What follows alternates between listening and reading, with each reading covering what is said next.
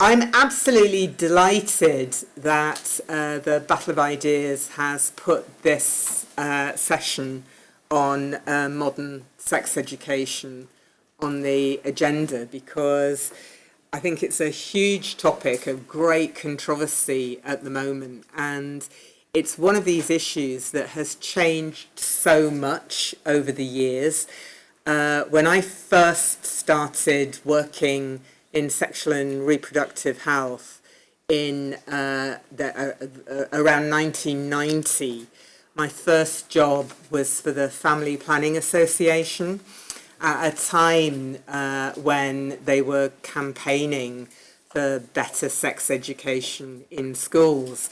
And the hilarious thing about it then was that that really was a time where lots of schools simply didn't have biological sex education in schools. I remember some of the talks that I would do then involved, I was using examples where schools had stuck together the pages in the biology books in the libraries to stop kids from accessing them and looking up naughty words around reproduction. I remember the director of the Family Planning Association would talk about her sex education at school. So she was a generation older even than me. And she talked about being taught to knit a uterus that she could then push a ball of wool through to learn about how birth happens. So that was a kind of starting point back then. And there was a bit of an issue of changing from sex education, SE, to SRE, which was about bringing relationships into sex education, making it not just about biology, but also making it about relationships. And that was really a bit of a concession at the time to get parents to buy in to sex education. It was, look, we're not just talking about the mechanics of sex, we're talking about relationships as well. Now, how far have we gone in that period of time? And I've been completely out of it since my lad is now 27 yesterday and has actually been chairing some of the sessions here. So my notions of what sex education are a little bit out of date, so I'm really glad to be catching up on some of the controversies that are going on. We've got a great platform. Unfortunately, we don't have Ryan Christopher from the Alliance Democracy and Freedom because he's got a migraine and can't speak. And so instead, we have Nancy McDermott, who's filling in at the very last minute, who's written a load of stuff about the family and parenting and can talk a little bit about what's going on, particularly in the States where she's from. So we're putting her to good use. We have Millie Hill, who's going to speak first, who is real kick-ass feminist campaigner and author of a number of books on pregnancy, birthing. She's recently got into a lot of trouble on the sex education point, but she can explain about that. We have Stephanie Davies-Arai, who is from Transgender Trend, which is an organisation that campaigns for evidence-based healthcare and science-based education. And Josephine Hussey, who is a primary school teacher and has also written quite a lot on the family and parenting and all of that kind of stuff. So we're going to start with Millie, and then Josephine, and then Stephanie, and then Nancy. So Millie, over to you. Thank you.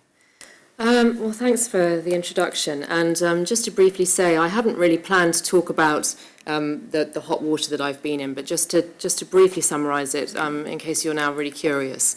I am the author of 2 books about pregnancy and 1 book for young girls about periods. And I became one of these cancelled women, or as Graham Norton would put it, I was held accountable because being involved in the world of maternity, I got involved in a discussion around the use of ideological language like birthing people, and I got cancelled. Anyway, moving on. So I'm a writer, and I'm a mum also of 3 kids, aged 14, 12 and 9. And I talk to my children about sex, periods, relationships, the correct names for their body parts.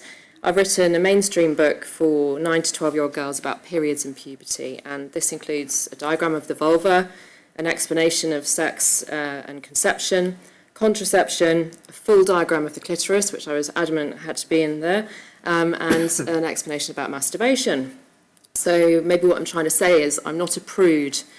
And yet this is how people who raise concerns about child protection and safeguarding are often framed. This is a safeguarding issue in itself. We must always be able to openly discuss concerns and raise questions. That is part of how safeguarding works. I'd like to talk about boundaries. Prior to motherhood and becoming a writer, I trained and worked as a creative arts psychotherapist. In therapy in particular, boundaries are something you are trained to understand and see as utterly vital. This extends into small details such as timekeeping your therapy sessions perfectly. Your clients know when they have 10 minutes left and you hold the shape of time in the space for them. This makes them feel contained and safe. It is also the role of the parent to offer a container for emotions, to be the person who holds, to have an awareness of the lines and of the edges so that the child or the therapy client feels in safe hands. When we create educational materials for children and young people, we need to have an awareness of boundaries. We might call this deciding what is age appropriate, and this is what the government guidelines call it. We expect adults, in particular those who are charged with the care and education of children, to have some inner sense of right and wrong, or moral compass, when it comes to deciding what is age appropriate. And as parents, we also have to do this. And people will differ to a certain extent. The refrain in our house is often, all my friends are allowed fortnight. But I think we've currently lost a bit of our grip on this common sense. We've lost our grip on boundaries. In our admirable attempts to treat children with the respect and autonomy that they were denied in previous generations, we've lost track of the boundary between child and adult. It's very important for children to know that the adults are in charge. Even if they protest against this, they secretly like it because it makes them feel safe and contained. Children ask to be given power to make all the decisions, but they don't really want it. And if they get it, it terrifies them. I have personally worked with children in therapy who have been left to their own devices in a variety of ways without an adult to guide them and hold the boundaries. In extreme forms, we call this child neglect. When I wrote my third book, My Period, which is for 9 to 12-year-old girls about periods and menstruation, I had to hold very firmly to the boundaries in terms of what I was prepared to include or not include. As the writer of an educational resource for 9 to 12-year-old girls, I had a responsibility to ensure the book was evidence-based and age-appropriate. This meant not saying, it's not just girls who have periods, as I was asked to do. This doesn't mean that we shouldn't talk to our children about the concept of gender identity. The problem is that educational resources for children, including many, many children's books and, of course, school resources, are becoming increasingly ideological and are presenting ideology as fact. My publishers, who are part of major publisher Hachette, called in the School of Sexuality Education as sensitivity readers for the book. For those who are not aware, the School of Sexuality Education were part of the team behind the Family Sex Show. Do you remember that? Mm-hmm. Whose website, pitched as a resource for young people, included a glossary of terms for the theatre. This is a great example of lack of boundaries. The glossary included theatrical terms such as stage left and stage right and green room, alongside words such as kink and pegging. I refused to have the School of Sexuality Education as sensitivity readers for my book, but another author who did not have these issues so much on her radar might well have gone along with it. And who knows what they may have suggested for my book about periods for 9-year-olds. More recently, I've written for the Daily Mail about sex education in schools and some of the resources that are being used. Like the School of Sexuality Education Dictionary, these resources and their creators don't have a very good understanding of boundaries and what is and isn't age appropriate. External agencies who provide materials to our schools are almost all ideologically captured and are presenting gender identity theories as fact to children. The School of Sex Ed, who claim they've delivered workshops to over 67,000 secondary-age children, apparently acknowledge in their lessons that not all people with vaginas are female and penis does not equal male. This is against the Department for Education guidance that resources should be evidence-based. While writing my article for the Mail, I also heard from parents who have been denied access to the teaching materials that are being used in their children's schools. One provider, Jigsaw, was also very reluctant to share them with me. There are many, many examples of school sex ed resources that are either age inappropriate or not evidence-based. The Proud Trust, for example, has a poster and book about an alien nation where a pink planet girl, a blue planet boy, and a non-binary planet are. And it asks children, what planet were you sent to as a baby?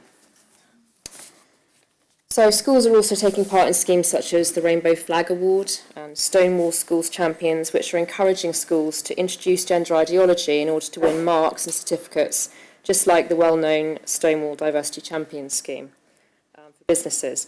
One mum told me her primary-age children put their pronouns on their classroom drawers besides their names.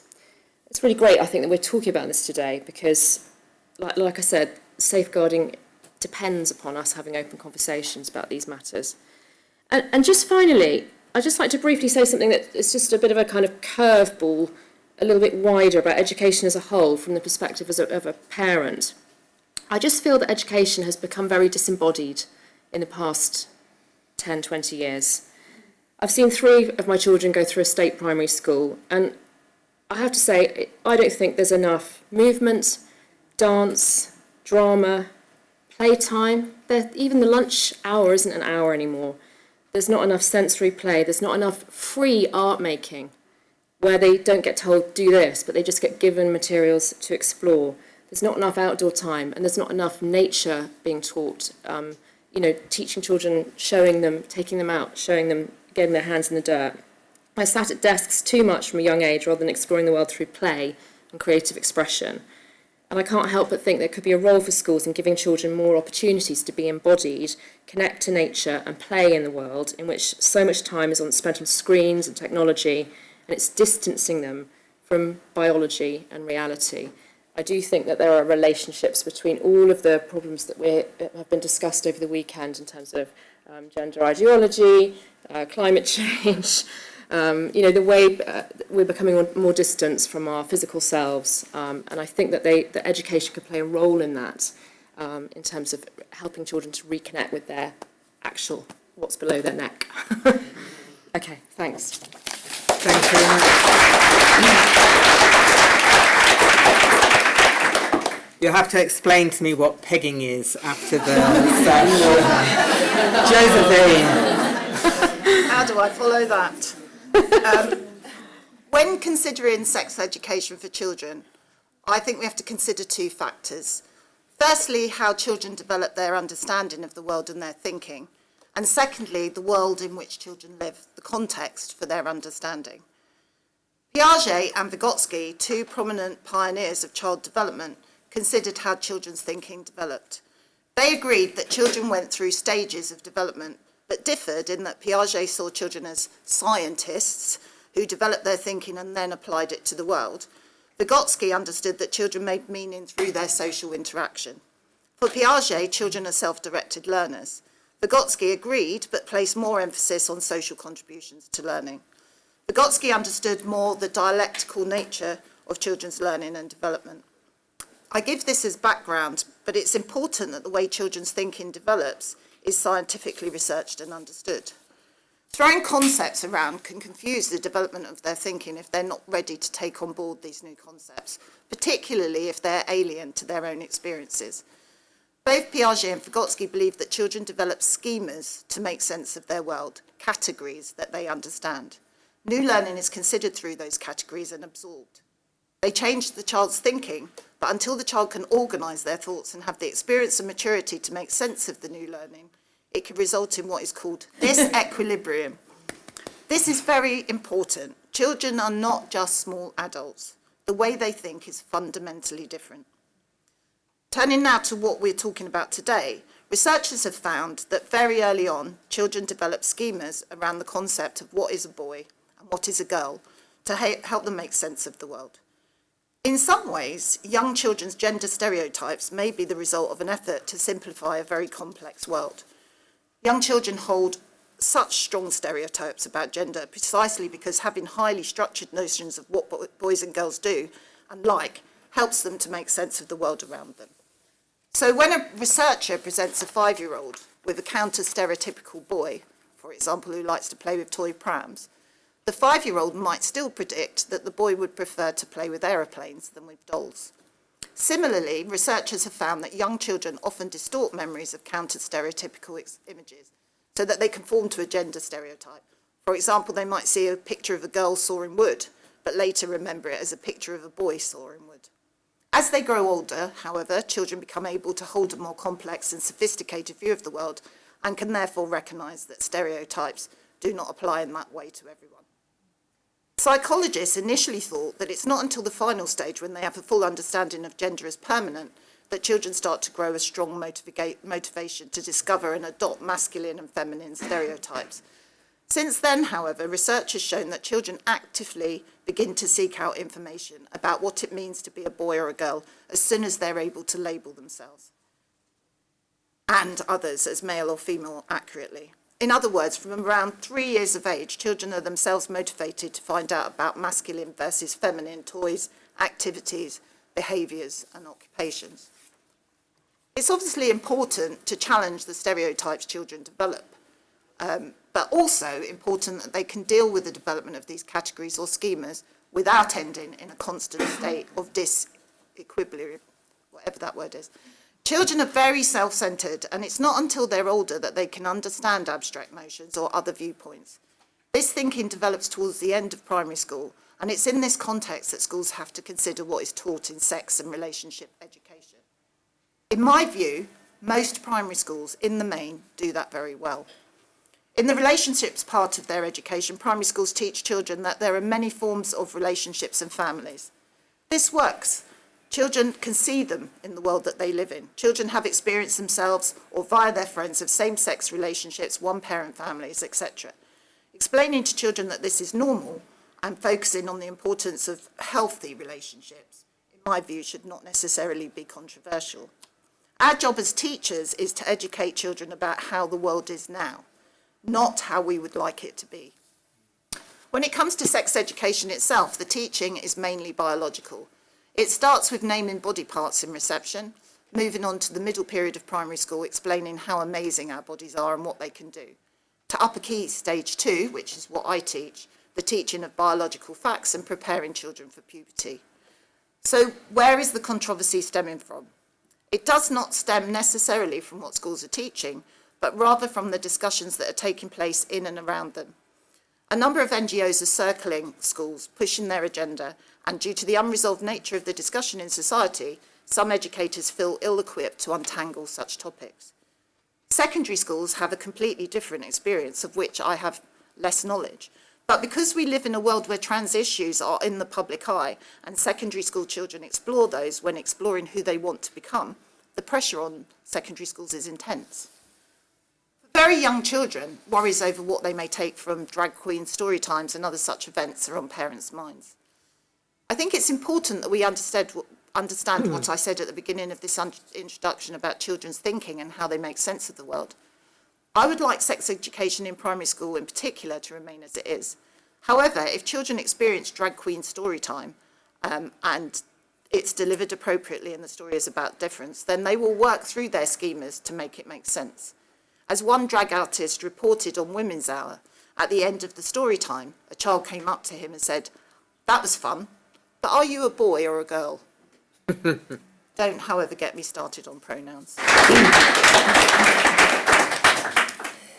Yeah, it's interesting, isn't it, with the pronoun thing. I always thought that maybe initially there was something positive about the pronoun discussion, in that it might at least teach young people something about the construction of grammar and what a noun and a pronoun was, but I think it's gone beyond that now. Stephanie. I'm going to talk about gender ideology, gender identity ideology as it relates to the RSHE curriculum. I started Transgender Trend in 2015, and back then there was already material on how to change the biology curriculum in schools to be trans-inclusive, and I saw slide presentations. And I think we haven't quite seen that yet. The biology curriculum itself, I think, has remained relatively untouched, but the ideology has come in through RSE education. And when I say gender identity ideology, I mean a set of beliefs that children are being taught in school as fact. And previously this material came into schools through an anti-bullying, under the anti-bullying umbrella, despite the fact that the trans activists are the most bullying group that I've experienced in this, and the controlling of people's language and people's beliefs is the most sort of repressive and bullying system I could think of. They've also come in under the sort of smashing gender stereotypes umbrella, and again, despite being an ideology that reinforces those stereotypes and in fact deifies them and uses them even as definitions of boys and girls. Girls are the feminine, passive ones who love pink, and boys are the aggressive characters who love blue. And children are being taught that this is reality. So we've had a new definition of what a boy is and what a girl is through this teaching. We've seen an explosion of new resources and new groups teaching this ideology through the RSE curriculum now. And some of this material is put out by by established providers, the PSHE Association, for example, and it's become part of the established sex providers' material, and it's called Inclusive Sex and Relationships Education. And by inclusive, they mean the inclusion of trans ideology in place of biological facts. So the RSE curriculum, according to the government, is supposed to be age-appropriate, biologically factually correct and relevant. And I won't go into, I think that there's a lot to say about the current RSE curriculum, actually, and I think the culture in which this generation are growing up in needs to be taken much more seriously. So porn culture and social media culture in particular, how ideas are spread, how images are spread, and the effect that it's having on this generation, I don't think has been looked at seriously enough, and that I think we're way beyond saying, oh, porn is okay, but it's not real life. That's not good enough. I think we know the harms it creates, particularly for girls. We only have to look at the Everyone's Invited website to see, and we know now about the endemic sexual harassment and abuse of girls, even in schools now. So we really need to look and help children to look at what messages the online porn they're viewing is communicating to them, to boys in their attitudes to girls, and to girls in their feelings about themselves. So anyway, I'm not going to talk about that anymore. I'm going to talk about gender identity. In order to include gender identity, you have to deny sex. The two can't coexist. If a boy is a boy because of a gender identity, then biological sex is irrelevant. However, if a boy is a boy because he's male, then individual identity is irrelevant. The two cannot coexist. We have to choose one or the other. Currently, what's happening is the biology, or the RSHE curriculum, is contradicting the biology curriculum in what children are learning. And this is from primary schools onwards. The resources being produced are for little children who have not yet learned to distinguish between fantasy and reality, and have not yet discovered that biological sex is an immutable, stable characteristic that cannot and will not change throughout your lifetime. So these ideas, abstract ideas, are introduced to children at an age before they, as was previously mentioned, believe that that boys and girls are gender stereotypes, essentially. And in other words, it's a sort of 4-year-old, gender identity ideology is a sort of 4-year-old's understanding. We get on to secondary school, and the material goes into the kind of sexual practices that Millie referenced, pegging, I don't know what that is. There's a lot of things that I don't know what they are that are being introduced. Inevitably, sex work has been introduced as normal and not questioned. BDSM, kink. And how this has happened, what we've seen is LGB being extended to LGBT, and that being extended to LGBTQ+, and lots of other initials as well. And we haven't stopped to ask what the TQ+ means, and particularly what the TQ+ means for children. And in fact, what it does mean, there are various definitions of queer that we find, but basically it's people with sexualities that could be considered outside the normal. So that could include anything, and that is why these extreme sexual practices have been gradually dripping into the RSHE curriculum, but they cannot be questioned because we have a very strong culture now of equality, diversity and inclusion.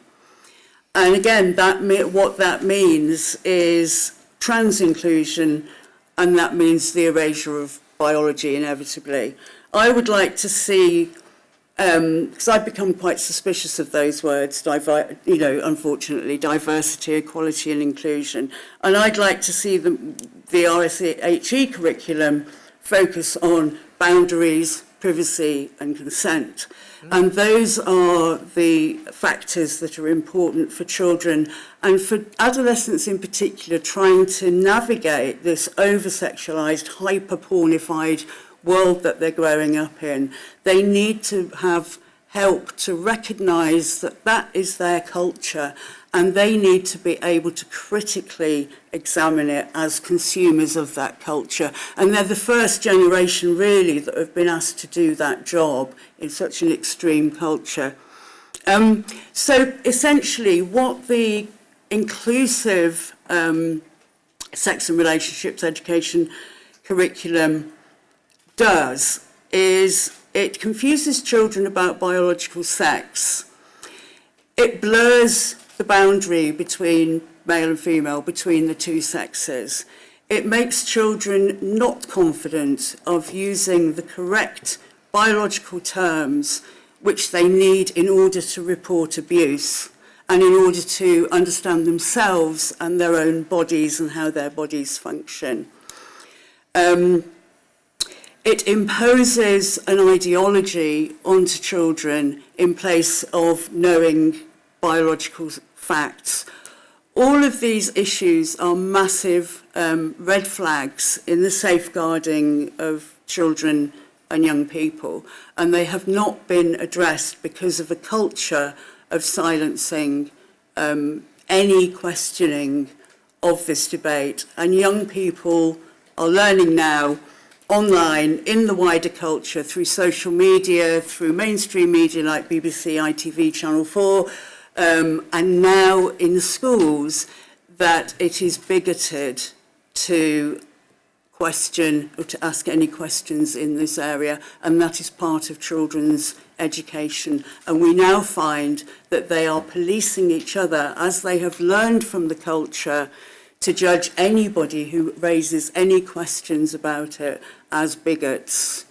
So I'm very glad this debate is happening today, when I set up Transgender Trend, it was one of my biggest aims that if the subject is children and young people and any group is saying no debate, that is a huge safeguarding red flag.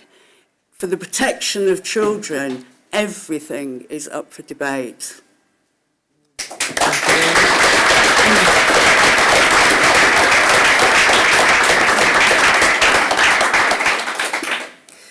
I think the point on the blurring of distinctions between girls and boys is a really interesting one to look at. I had a very funny encounter with two little girls in a shop in the town where I live, and as you'll have noticed, I don't have any hair, I have alopecia.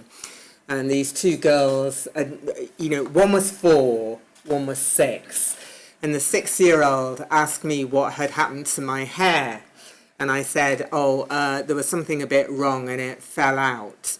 And then the little one said, but are you still a girl, though? Oh. And it was quite, I'm saying, yeah, I'm still a girl. Nothing else has changed. But it's interesting when you think about that kind of the fluid notion that they've got, that something like even your hair changing might challenge your body. Nancy. Right, well, I really agree with that. And I guess the thing that strikes me about this, all of this, is that it represents such an invasion, an adult invasion of childhood. And I'm going to give you a couple of examples. I mean, one of the things that always strikes me is that because adults are so invested in identity, and sex is at the middle of identity, it's so easy for teachers to believe that they are helping children to understand their identity, to develop their identity. And so when a child innocently makes a remark about what they like, what they don't like, the teacher feels, or the adult feels, that they have to affirm that because they're affirming identity. And I think it would help if we were much clearer that identity is something for adults. Identity is something that we can only develop as adults in relationship to other people. So that's one example. The other thing is that I think kids have their own way of understanding things. So in Rochester, I recently came across a woman whose daughter was in kindergarten, because I have to say, introducing sex education really early is what is going on in the States right now, who had been sick during the sex and gender lesson. And so she went in, and all of the kids kind of surrounded her, and they said, "You're gay." And she said, "Oh." So she went home and she said, "Mommy, what's gay?" Well, she said, "Mommy," she's in the States. And her mother is a sort of a Pentecostal black Christian mom, and she just went, "What?" and took her child out of the school because she it was just so out of left field for her. But I think it also, it just shows that what does gay mean to a child who, isn't even sexually mature? There used to be a sense that in childhood there could be a latent period, and you will know who said this, but I can't remember. I think it might have been Erik Erikson, where, sex just isn't on the agenda. But that, of course, doesn't mean that children aren't curious about sex. I think they are, but they explore it in a very fantastical way. So, I can remember in my own childhood being at, 6 or 7, you would talk about sex and boobies and, and all of that. And it was very innocent. I was struck listening to Gender A Wider Lens, which is the best podcast in the world. And if you haven't listened to it, you should start at episode 1 and do every single one. But they were speaking with a young woman who had detransitioned, and she was talking about how when she was, 14 or 15 online, there was this very playful, almost like a sort of fan fiction kind of imagination of what it would be like to be a boy. And it really struck me that that is something that she's doing at 15 or 16, and we did it at 6 or 7. And I think the reason why we were able to do it at 6 or 7 and to, get to it at our own pace is that we didn't have adults imposing their agenda on us. And I think that's the second aspect of the adult invasion of childhood, is that I think a lot of this is about adults trying to solve adult problems through the education of children. Take the question of trans inclusion. First of all, is trans inclusion really a problem? And even if trans inclusion is a problem, why would it occur to you that the way to solve that problem is to talk to primary students about trans people? Perhaps you should let them mature and then and deal with that when it's more appropriate. The other thing is, I actually think that sex education has gone awry, even with older kids. So when I was researching my book about parenting, I started looking at sex education, and there was an educator at a private school in Philadelphia, I believe, and he was kind of glorified as the kindly gay uncle, who is saying the things that everybody's too embarrassed to say. And his curricula included things like the sex pizza, where you have a pizza and you choose, what are your favorite things to have on the pizza, which has now been sort of disseminated through lots of schools and has been controversial because, the sex pizza is being given to 10-year-olds. But he also, he had things like the optional film of female ejaculation. And the thing about it is that, we seem to have created a generation of young people who know a lot about the sort of techniques of sex, the varieties of sex, but are terrified of intimacy. And so you get this kind of weird disconnect where, you're in college and you're trying to avoid the feels, but then you start to get the feels and you develop emotions for someone who you're having sex with, but they don't develop emotions for you, and you feel violated. And so, someone will say, well, that's sexual assault.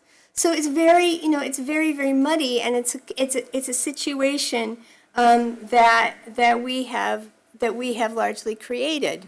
And so I guess if that would be my starting point. There's one other thing I wanted to mention, which is the binary, which is you sometimes hear the slogan "break the binary," and teachers saying, "I'm going to break the binary." But I actually think the binary is necessary. I think the binary is necessary as a kind of an anchor point, as a starting point for child development. Because when you think about it, even if you're gender nonconforming, you are relating to that binary. You're defining yourself against it. And once you have that starting point,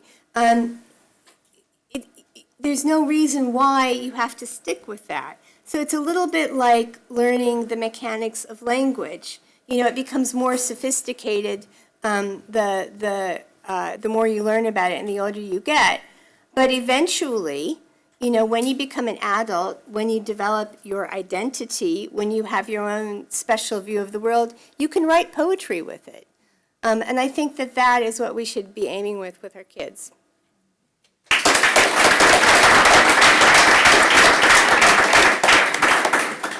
Okay, so who would like to ask something? 3 years ago, I was on a panel here, really similar to this, passionately making the argument for sex education.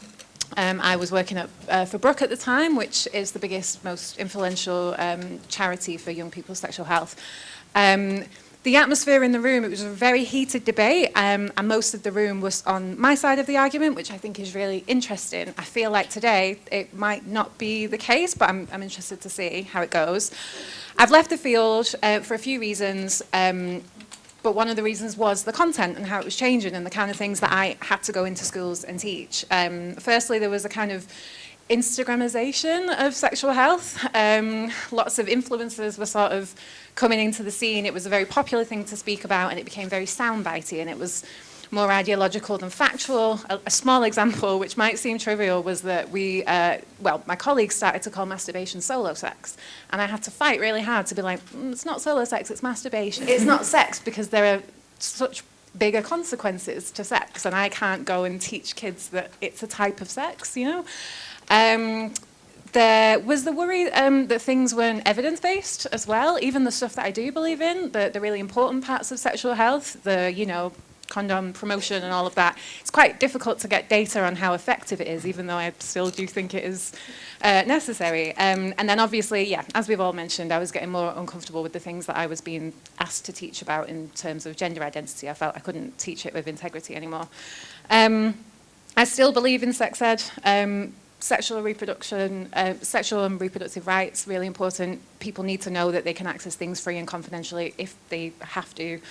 Anatomy, specifically female anatomy, it's surprising how many girls still think that their genitals are disgusting and will scream when you put an anatomical picture of a vulva up. And I also would teach adult professional women who didn't understand how their bodies worked, so they thought they peed through their vaginas, etc. That has quite a big impact. Targeted work, so I'm not going into schools and teaching 30 kids, but we did targeted work with individuals. Maybe they had learning disabilities, they would cross other people's boundaries, or they might end up in the criminal justice system for doing something that they didn't fully understand. We would educate those people, and hopefully they wouldn't commit a crime and end up being prosecuted. And then, is it Stephanie you said about decoding the online world? The 2020 statutory guidance, actually, the reasoning for it at the beginning said, this guidance hasn't been updated in 20 years, and young people are increasingly living their lives online. So I think there was good intentions there. They recognise that we're in this porn-saturated world, and all these young people are having to deal with that. And I'm not exaggerating. If you go into a year 7 class now and ask people about the things that they've seen in porn, they'll tell you about the incest porn that they've seen. These are really young children who were saying this. So, yeah, I think those are the things that I think are important and that I would like to see. Stephanie, you said a little bit about what you think good RSE should be. The rest of the panel, I just wanted to ask you, what do you want RSE to be about? We've said, that the things we don't want in it, but it'd be really good to hear which bits you think are important, if any. Thank you. Sociologically, you've kind of got this weird paradox at the minute where, on the one hand, you've got children being treated as little adults that are very mature and can tell adults what they should be teaching, and that there's this reverse socialisation. But then on the other hand, I've experienced it at university, you've got an infantilisation of university students. So I'm at the University of Kent. It was in the news last year for its Expect Respect module that told us various things about how the world is, and that if you're outside of that, you're wrong about gender, sexuality, ageism, racism, etc., etc. Ellie Lee, who's in the room next door, was very vocal about that and got various things, tried to get various things put in, to the point that there's now a section on challenging conversations that they verbatim say are like colds. Everyone catches them and everyone has to kind of go along with them, but no one wants them. And there's kind of this trying to teach university students who are at that point adults. And I wondered what the panel thought on that. And then also, to Anne's kind of anecdote, I've had similar things about my hair and about how I dress in quite a masculine way, and my cousin and various other children saying, well, you're a boy now. And I think that there's this really interesting imposition of the state in areas that would have previously been carried out by wider society just through interaction. And I wonder if the panel could maybe discuss why they think that's now deemed inadequate, and why learning through interaction is no longer enough, and why the state needs to get involved in that. Okay. I wanted to talk a little bit about the porn industry and then the relationship with from porn and then the sex ed, because I think doesn't matter what you teach in schools, the kids gonna watch porn. They know more about sex or maybe the pseudo sex of the reality that we see, the porn industry, and they know far more than the educators even about those kind of it, those sides of it. And is there a possibility of talking about filtering porn so kids don't access to that and have like go towards actual sex or actual education of sex? In the United States, in a number of school districts, parents have campaigned and protested over children's books that are available in the library that depicted illustrations that are quite sexually graphic. And in some of those campaigns, it has been successful where those materials were removed. The liberal establishment in the United States and many Democrat politicians have sought to cast those campaigns as censorious, as banning books. And I'm curious what your response is to that, and what are the metrics to determine where's the line between age appropriate versus censorship? Do you want to respond to it? Well, I think that's a really good question. Your last question there. Where's the line between age appropriate and censorship? And what, there's been a really interesting conversation in the past week or so around the charity Mermaids. And one of the people working for the charity, a guy called Darren Mew, has been all over Twitter, and he's lost his job. He's no longer working for them because he was I think it's got to be seen in context. There were other concerns around the safeguarding at Mermaids, which led up to this, but then he was exposed as having been involved in pornographic images. And I think it's a really interesting question to ask, is that okay? Why isn't it okay for someone who's working with children to have also made pornographic images? So I'm just throwing that question out there because it's my gut reaction to it was, oh my God, I wouldn't want that man anywhere near my children when I saw the pictures. But then I thought about it and I thought, well, why not? Because just because you have your sexuality and you want to express yourself in that way in your adult time doesn't necessarily mean that you are... I'm being devil's advocate here. I know some people agree or disagree, but just throwing that out there, it kind of chimes in with your point, I think, a little bit about censorship. And what's acceptable and what isn't acceptable. And I think we all need to start. I think another point that I want to make is that we do all need to really start thinking about these questions. And some of the questions are difficult to think about because we go, oh, well, I don't really want to know what pegging is. And porn, my God, I'm sure my children aren't watching it. And, we don't want to go there. But I think in the world that we're living in as parents and as the adults in the room at the moment, in this point in history, we need to actually face it head on and start actually thinking, look at the picture of Darren Mew and ask yourself why is, face up to it. And in terms of what's being included in RSC, which was one of the first questions, I think, I did want to say that I agree with everything you said, the lady in the red dress at the back. And one thing that I would say is I would love to see included is, in terms of from a feminist perspective, I'd love girls to be taught more about cycles rather than just periods, and for some of the negativity and the stigma around periods to be challenged. I think many of us don't realise how much negativity and stigma we carry around the female body. But I won't ask you to answer this question, but it might be interesting to think, people in this room, what do I do about my period products if you're a parent, a mum in a house with children, or in any context? How do you feel about your period blood? Do you sort of double flush so that nobody sees it? Do you keep your period hidden away in your family home, for example? I think these are also questions that, as the teachers and the adults, we need to think about. If we're going to teach sex ed, we need to come to terms with our own relationships to our sexed bodies and in this case, our female bodies, our blood, and then, because what can happen with teaching about periods is it's taught in that very clinical way where it's slightly sort of like, ooh, you have this thing, sorry girls, it's not very nice, it comes once a month, this is a tampon, this is a pad, and that's the messaging is very, negative, whereas and also, there's a lot of anxiety around telling girls about fertility, for example. And, the pill, etc., is a whole other conversation we could have.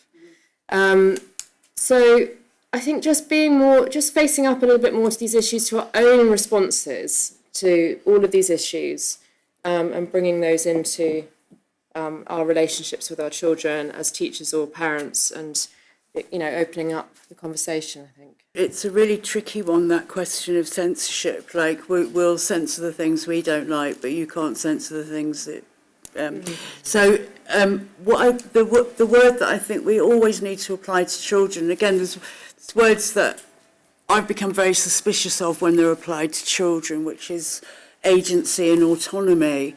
And they're positive words, and we really do need to understand that children have rights to more agency and autonomy as they grow up, and be sensitive to that. But on the other hand, we have kind of reverse positions where children are now the adults and the adults are the children. We have this idea, all children are, know so much more about gender than we do.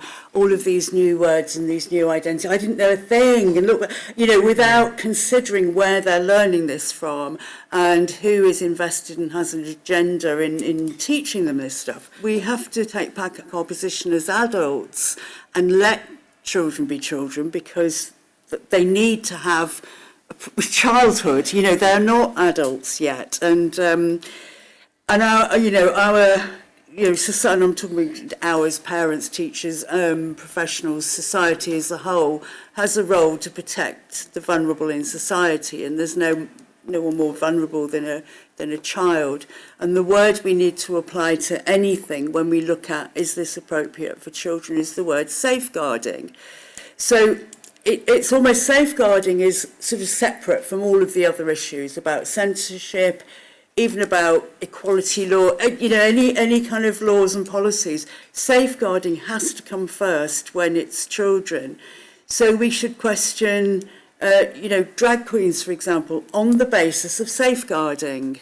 What's the message to children? What does it likely to, the books for children, the books for early years and primary, and it's interesting that the books that are about homosexuality tend to be set in the adult world. They're about two mummies or two daddies, or kings and queens, or and the books about trans are all about children, or about little animals that don't have genitals. So the trans material is really targeted at children, and the youngest children. I counted over. This was a couple of years ago. I got to over 30 books for the early years and primary, and there seems to be a recent explosion in those books. So it's looking at age appropriateness, but safeguarding has to be the first thing we look at. Is this going to keep children safe, or is it going to cause them harm or create more danger for them? Okay, get some more questions in. It's quite a short session, so annoyingly you'll have to be brief. What I would be particularly interested in is whether anybody thinks we're leaning too far in this discussion, because whether this is all a bit of a moral panic about it. Who's qualified to teach it? Teachers, they've got the developmental understanding of what a child is, but do they have the understanding of the biology of it? Usually comes down to the poor biology teacher. I don't know in primary if it always ends up with one teacher, but a lot of teachers are really uncomfortable around this subject. And so it's gone out to private companies. I think half of the problem with this is it's gone out to private companies and to lobby groups. And we don't have anyone who's actually got all the pieces of the puzzle. Who actually is? Where's the body of knowledge around this?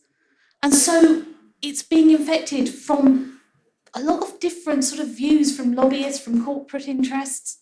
So I think we need to develop that. I don't think of myself as a conservative particularly, but I know that in the US there's been this sort of homeschooling drive, partly after the pandemic, partly because of concerns around what's being taught.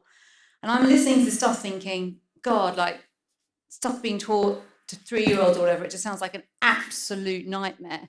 And if I had kids, maybe I would homeschool. So my question is, like, why do schools think this is their responsibility? And when I think back to my own sex ed, we did periods in year 6, and then at secondary school it was a lot of stuff about AIDS, which frankly was terrifying, and I think did more harm than good. And I remember I had to do an AIDS test before I got a job at like the EU, and I was like terrified before I got it back, even though there wasn't really much chance of it. Not trying to stigmatise or anything, but I was absolutely terrified because of all the stuff I've been exposed to as like a 14-year-old. And I just think, I know some parents won't do a good job, and the porn thing is something, luckily, I wasn't exposed to. And so that's something we need to think about. But I don't know, I always feel saying just get this stuff out of school, and then we won't have to worry about all of these kind of private sector people circling who may or may not have the best interests of kids at heart, etc. I just wanted to, I kind of want to disagree a bit as well. I mean, I teach in a primary school. I did quite a lot of research to see what was being taught in primary schools across the country. I picked areas that I knew of very high LGBT, and in the main, they were teaching the same as me. So I don't see, these books floating around the schools, in primary schools at the moment. And I do think the point that the girl made just a minute ago is an interesting one, because I'm a parent too. My daughter's now 18. But I thought, actually, I want to teach sex education to my daughter. I don't actually want schools to teach sex education. It's here at the moment, and we do have a duty to teach it responsibly. I never say, sorry guys, you're going to have a period and it's really ucky or anything like that. And I would be surprised if a lot of teachers do that, because we do take it seriously. We do try and do our research before we talk about these things. We tell the parents what we're going to say. So the parents are very aware of what the children are going to come home and hear. So I really don't want people to go away with this sense of horror stories in primary school, because it really isn't my experience, and I don't think it's the experience in a lot of schools, primary schools in this country. The only other thing I wanted to say is that one of the biggest problems we face is we've now become a one-stop shop. All the institutions around primary schools are crumbling, social services, all of these sorts of things. So what then happens is there is a problem in primary school. We try and outsource it to the right people, and there's nobody there. So then we try to deal with it.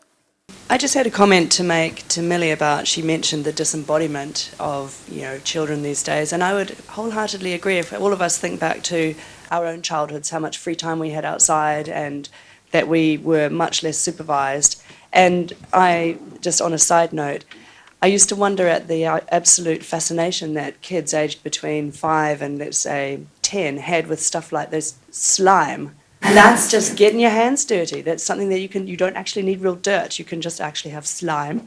It's a poor substitute in my opinion. But and the other thing with the fidget spinners as well, it's also like the kids are desperate to get their hands on stuff and do stuff and actually, and I think that even the fact that kids don't even write as much anymore, it's much more screen kind of keyboard. They're not developing the fine motor skills. And then to the question of censorship, I don't think it's appropriate to go, oh my gosh, wait, censorship, that's not free speech. We can't allow, we must allow free speech. No, it's simply you're judging by, you need to have your set of standards. And if your standards are, if you consider that it's an anti-safe, it's against, common sense safeguarding to have such books in an educational setting, then of course, absolutely get them removed from the school. I mean, that's not banning a book, well, I suppose it is, but it's not in a sense of, you're not contradicting any free speech thing, because you're actually applying a set of standards. Is it going to cause harm? Yes, it potentially will. I saw some of the things on Twitter that they were talking about in these schools that were being taken out of, or they were trying to get taken out of circulation. And it was, cartoon drawings of a young woman who was extremely uncomfortable with her body, and if you were someone that was considering being a if you're on the path to be trans-identifying, no doubt you would identify with it, but it wouldn't necessarily put you on a path to helping yourself, in a healthy way. And then I was interested if the panel could talk about the fact that there is, I know that you say that there's not much happening in primary schools, but isn't everything that's happening in the States ends up over here? So I'm just wondering as to whether that's actually where we're headed. And is it possible to opt out of the sex education that's offered at primary and intermediate? Is that actually legally possible? You know, I just feel a sense of despair and sadness and actually appalled at some of the stories which I think is about children's materials. And I'd just like to think that there are going to be some head teachers and senior management teams soon who are prepared to be very unpopular with parents of children coming into schools saying, I do believe there's such a thing as too much information too young, because we've muscled in on children's childhood and the innocence and the carefree nature of it, and I feel very sad for children. Great discussion.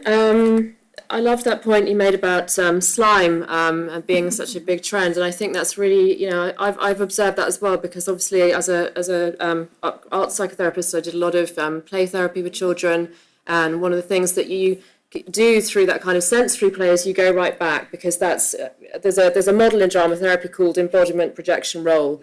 And embodiment is the first type of play that you do. Then projection, like, oh, these two little horses are clipping along, and then role, I'm on the horse and I'm galloping down the garden. So that's a developmental way of looking at it, and that slime play is that kind of early sensory development where you're in your body completely. So the more that we could encourage children to do that kind of thing, the better. And maybe there's a reason why they're doing it.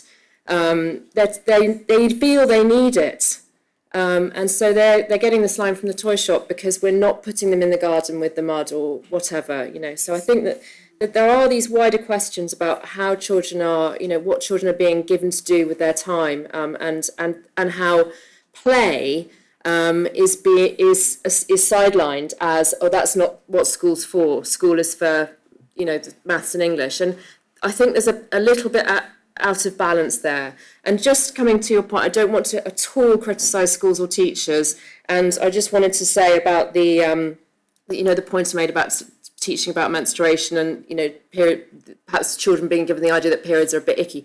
I didn't for a second mean that a teacher is standing up in front of the class and saying that literally. What I mean is, it's an unconscious thing that we all have. And that's the point I was trying to make, is that we need to think about our own, to use the nice buzzword, unconscious bias, you know, in regards to sex, the female body, you know, can we say the word vulva? Do we know the difference between a vulva and a vagina? What's our own personal experience of periods? If we're teaching about childbirth, how were we born? Have we had babies? What was it like? Are we carrying trauma? I'm not saying that someone's going to actually come into a classroom and say, you're going to be taught about periods today, they're really disgusting, and we're just going to move through it as fast as we can. But there might be something underneath the surface for that person that's there, whether they realise it or not. So I think I just wanted to be clear that I was not in any way criticising teachers who are doing an amazing job in these. I wouldn't want to be doing it. I wouldn't want the job of sex education, or, you know, at this point in our human history, because I think it's become incredibly complicated, and like people have pointed out, that's why it's being farmed out to external agencies, because all of us feel very de-skilled. And to come to what you said, we need to remember that we do know, we're the adults. I think that would be my summary. We are the adults. We're in charge. We know what we're talking about, and we need to stay in that role and remind ourselves of that. As the adults, I don't think we should be frightened by these subjects, and they seem huge and perhaps insurmountable, and particularly the online porn that children are looking at. And I know some very skilled and good sex education teachers in schools. I do think it's a subject that needs to be taken seriously, and what you need with these subjects to demythologise them and recognise that actually the skills that we need are the skills that generally teachers have and parents have generally, that we don't get too heavy about them. We talk about them in fairly matter-of-fact ways.